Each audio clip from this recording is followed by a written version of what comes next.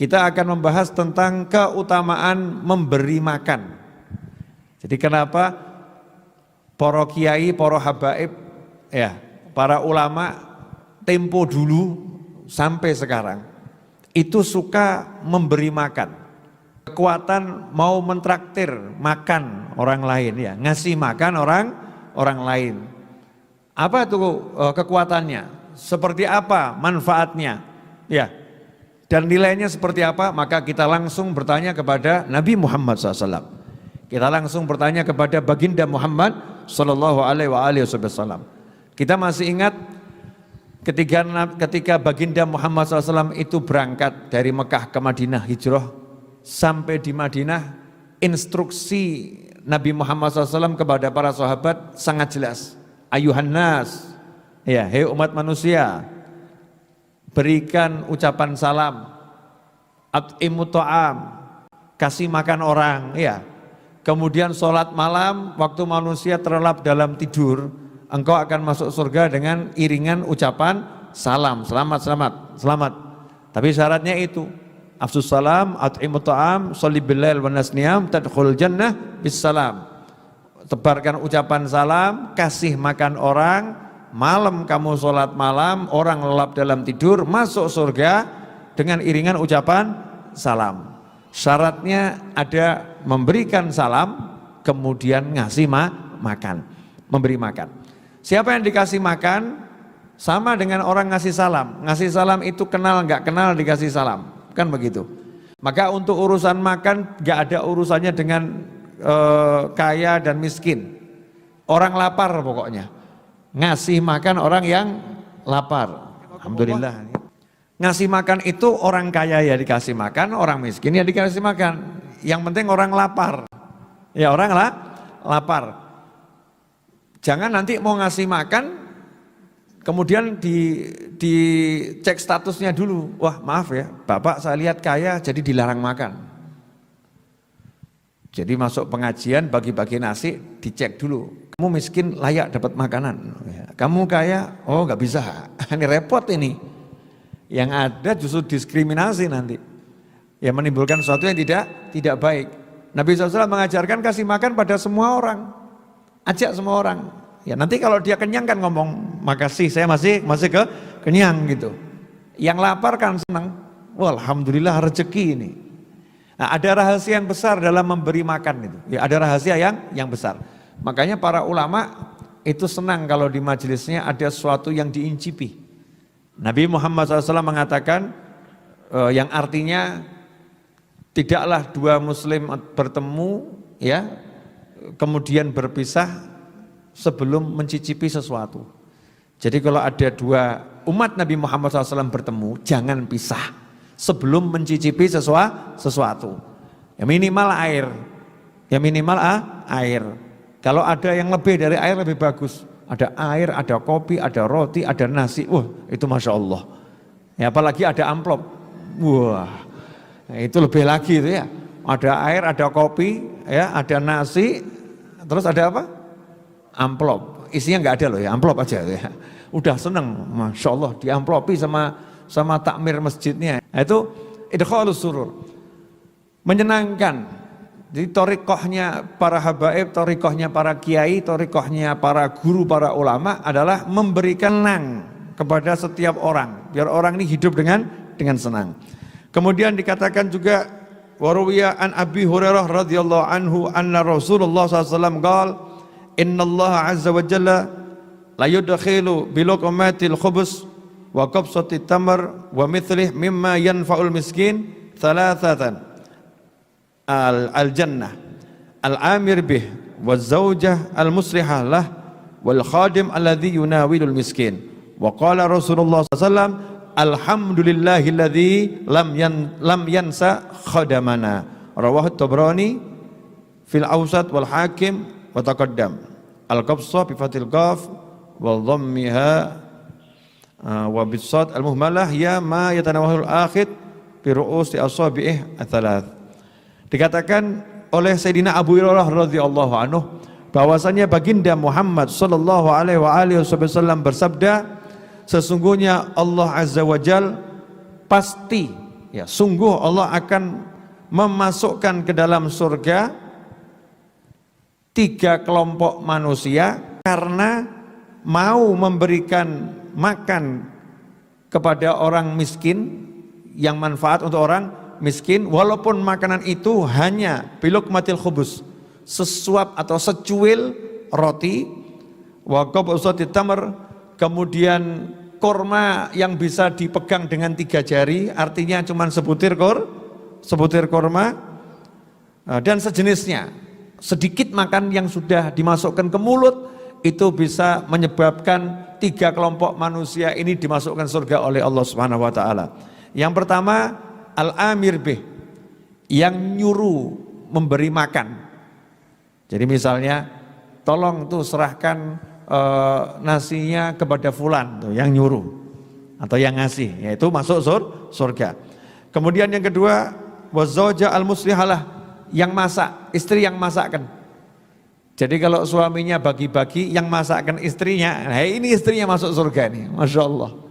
Ya, istrinya masak, kok suaminya mau ngasih makan orang, ini jalan ke surga untuk para istri. Nah ibu-ibu di rumah ini yang dengar sabda Nabi yang barusan saya bacakan, kalau masak yang semangat, kalau ngasih makan orang lain saja itu menyebabkan masuk surga, apalagi ngasih makan suaminya, ngasih makan anak-anaknya, ya, ngasih makan orang tuanya, ngasih makan yang tinggal di rumahnya, itu pahalanya luar biasa. Kemudian yang ketiga,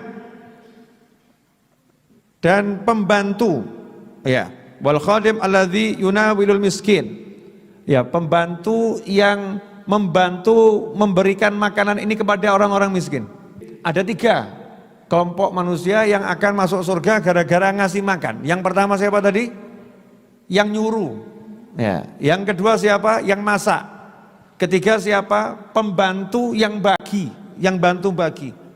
Jadi kalau bantu masak otomatis kelompok yang masak, ya, bantu membagikan. Jadi kalau di majelis, kalau begitu ada orang bagi nasi, ini yang saya lihat seringkali di beberapa majelis ada bagi-bagi nasi, yang lain cuma jadi penonton. Lihat tok itu nasinya lewat di atas kepalanya, dilihat sambil sedih, kok nggak turun ya, kok nggak turun. Tapi dulu saya sewaktu masih remaja, itu kalau di pengajian manapun ada bagi-bagi nasi, semuanya bangun, pengen jadi orang yang membagikan, pengen bantu, ayo, pengen bantu membagikan. Kenapa? Karena setiap orang yang makan dari nampan yang kita bantu membagikannya, dari piring yang kita bantu membagikannya, maka orang-orang tersebut bisa makan, kita dimasukkan surga oleh Allah Subhanahu wa taala. Masya Allah kan, ini amal mudah atau susah ini? Mudah. Prakteknya? Ya prakteknya Masya Allah.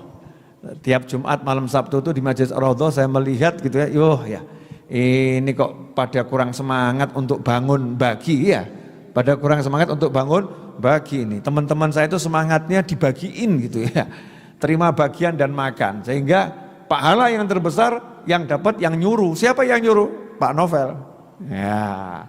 Kemudian tim dapur, ya tim dapur yang nyuruh siapa? Pak Novel.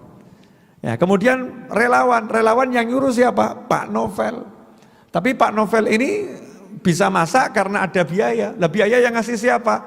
Ternyata teman-teman di YouTube, ya, yang transfer. Kemudian teman-teman yang hadir majelis, ya, yang titip kepada Pak Bakir gitu kan, ya, ini serahkan untuk Habib. Artinya apa? Ini kadang ada orang-orang yang duduk santai di rumah gitu ya, duduk santai di rumah, nggak ikut ribet ngurusi banyak hal, nyantai saja, pahala saya diambil semua kawan-kawan, termasuk pahala Anda semua. Ya, tanpa mengurangi pahala kita sedikit pun, dia dapat yang sama, ya. Bisa jadi dapat lebih banyak karena punya perhatian yang lebih besar. Ikhwani rahimakumullah. Kemudian dikatakan oleh Nabi Muhammad sallallahu alaihi wasallam tentang masalah sedekah yang terbaik. Wa an Anas radhiyallahu anhu qala Rasulullah sallallahu alaihi wasallam afdhalu sedekah an tushbi'a kabidan ja'ian. Rawahu Abu Syekh fi Thawab wal Baihaqi wal lafdhu lahu wal Asbahani kulhum min riwayah Zarbi Muadzin Hisham an Anas wa lafadh Abi Syekh wal Asbahani qal Sami'tu Rasulullah SAW yaqul, ma min amalin afdal min isba'ika bidija'i. Jadi tidak ada amal, kata Nabi Muhammad SAW, yang lebih utama daripada memberi makan perut-perut yang kelaparan. Jadi limpa-limpa yang kelaparan, rongga-rongga di perut nih yang kelaparan, ya, istilahnya wong luwe gitu ya. Ngasih makan orang yang kelaparan, itu amal yang terbaik. Karena itu dulu di Hadramut sana ada satu Habib di Hadramut, negeri asalnya Wali Songo, ada satu Habib itu tunanetra. Satu Habib tunanetra. Tapi kebiasaannya kalau salaman sama siapapun perutnya dipegang. Ojo mbok tiru. Ya, ini makomnya Habibnya tadi ulama ini ya. Kalau kamu tiru salaman pegang perutnya orang, tersinggung nanti orangnya ya. Ini salaman sama siapapun pegang perutnya. Untuk apa? Dicek ini. Perutnya kalau dipegang bunyi enggak nih? Perutnya kenceng atau apa namanya? Lunak nih. Kalau lunak ini kelihatannya kosong nih, kalau kenceng isi gitu. Jadi Habibnya ngecek ini. Oh, ini sudah makan belum? Ya, sudah makan belum? Jadi kalau ada yang ternyata dicek kok perutnya kosong, langsung ditanya, "Kamu belum makan ya? Ikut ke rumah saya." Habib yang tunanetra ini gandeng orang tersebut, diajak ke rumahnya, diajak makan. Ya, suatu yang luar biasa. Kemudian di kota Siwun ada juga Habib yang kalau makan minta dibuatkan 2 porsi, suruh bungkus, ngomong sama istrinya, ya makan malam saya tolong dibuatkan 2 porsi dan dibungkus. Istrinya nanya, kenapa kamu makannya kok 2 porsi? Apa bisa habis makan 2 porsi, 2 bungkus tuh? Jawabannya, saya mau bagi yang satu ke orang, yang satu buat saya, yang satu buat orang. Sehingga tiap malam ini Habibnya ini keluar dari rumah cari orang yang lapar. Keluar dari rumah cari orang yang lapar. Ketemu, diajak duduk, yuk makan bareng. Ya, kenal gak kenal? Ayo makan bareng. Amalnya ini membuat istrinya heran. Kenapa kamu seperti itu? Kata sang Habib, ya, yang satu bungkus untuk makan malam saya di dunia, yang satu bungkus untuk makan malam saya di kuburan nanti. Ya, untuk makan malam saya di kuburan nanti. Jadi memberi makan ini sesuatu yang luar biasa. Amalannya para wali. Ya, amalannya para wali. The power of traktir. Ya, kalau zaman sekarang kan traktir. Nah, kalian untuk traktir sekarang ini macam-macam caranya. Ya, bisa kirim masakan, bisa ya ngajak pergi ke warung makan bareng juga bisa. Kirim lewat food apa itu? Ya, namanya food apa itu kalau sekarang ini online. Ya, food online. Nanti kalau saya sebutkan merek kan repot, mau nggak dibayar kok ngiklan ya. Food online itu ya, food online itu Masya Allah.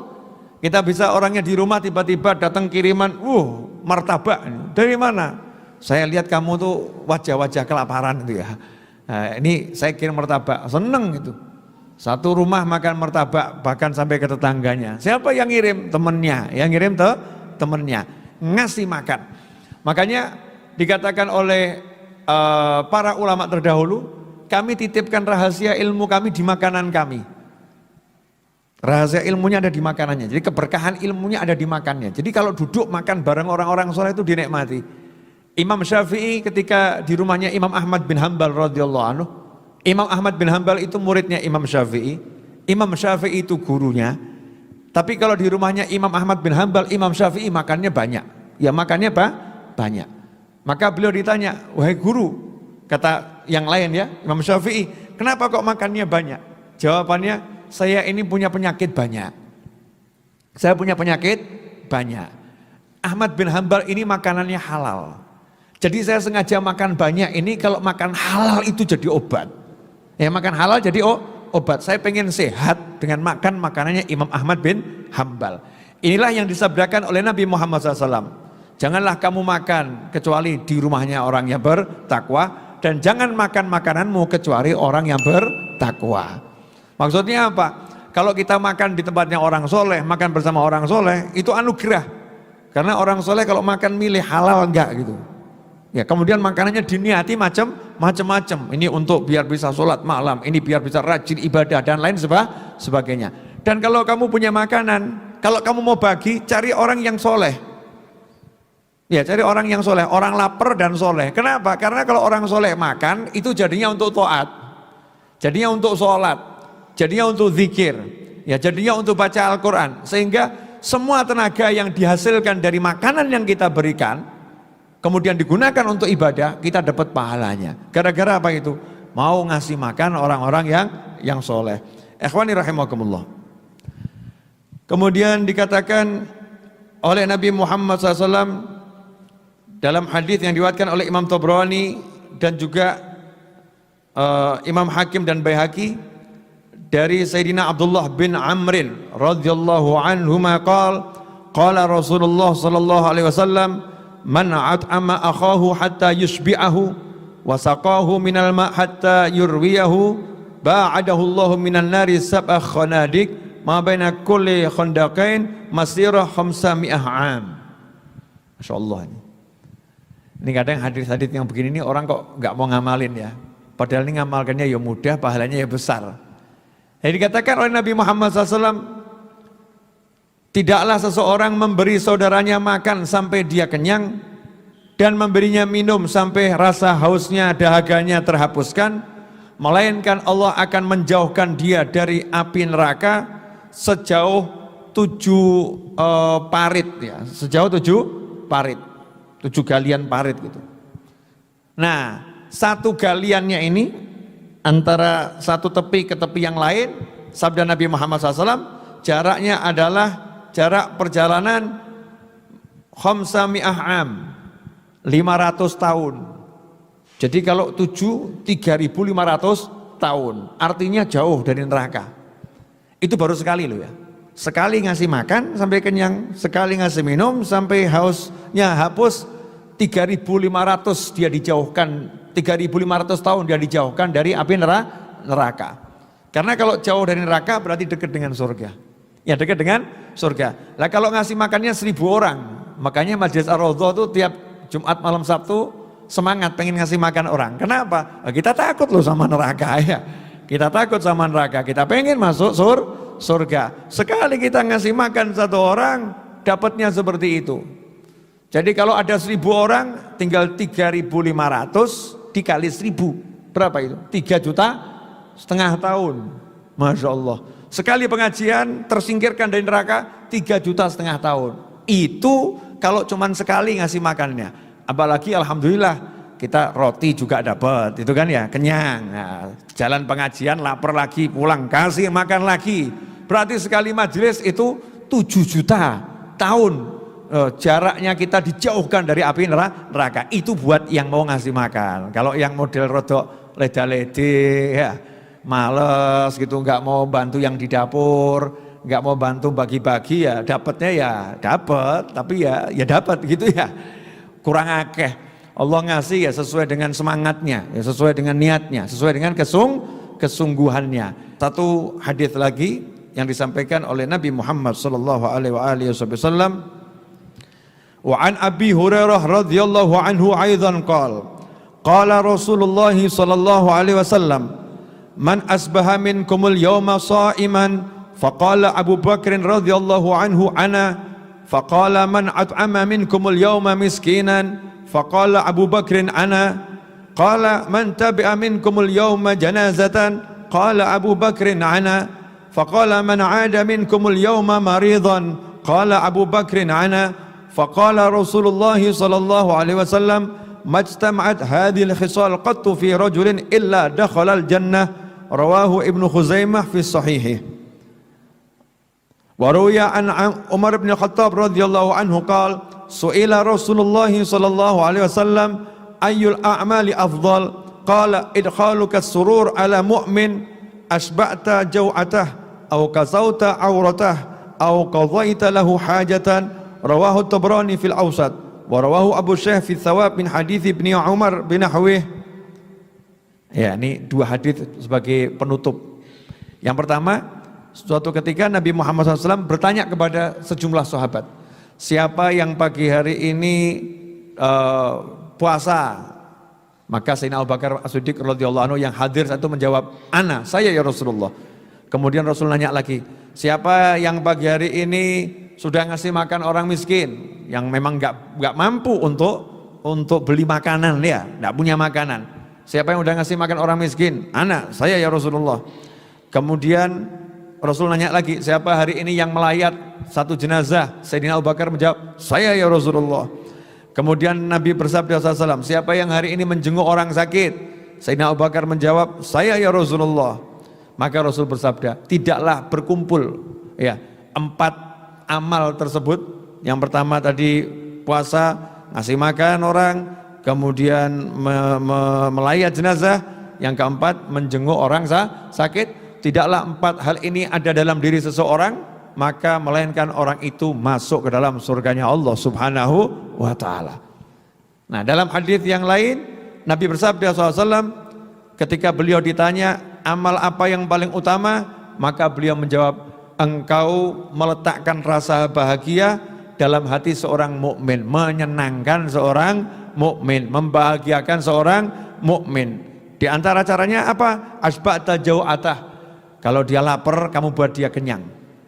Kalau dia nggak punya pakaian yang menutup auratnya, kamu tutup auratnya, kasih pakaian untuk nutup auratnya.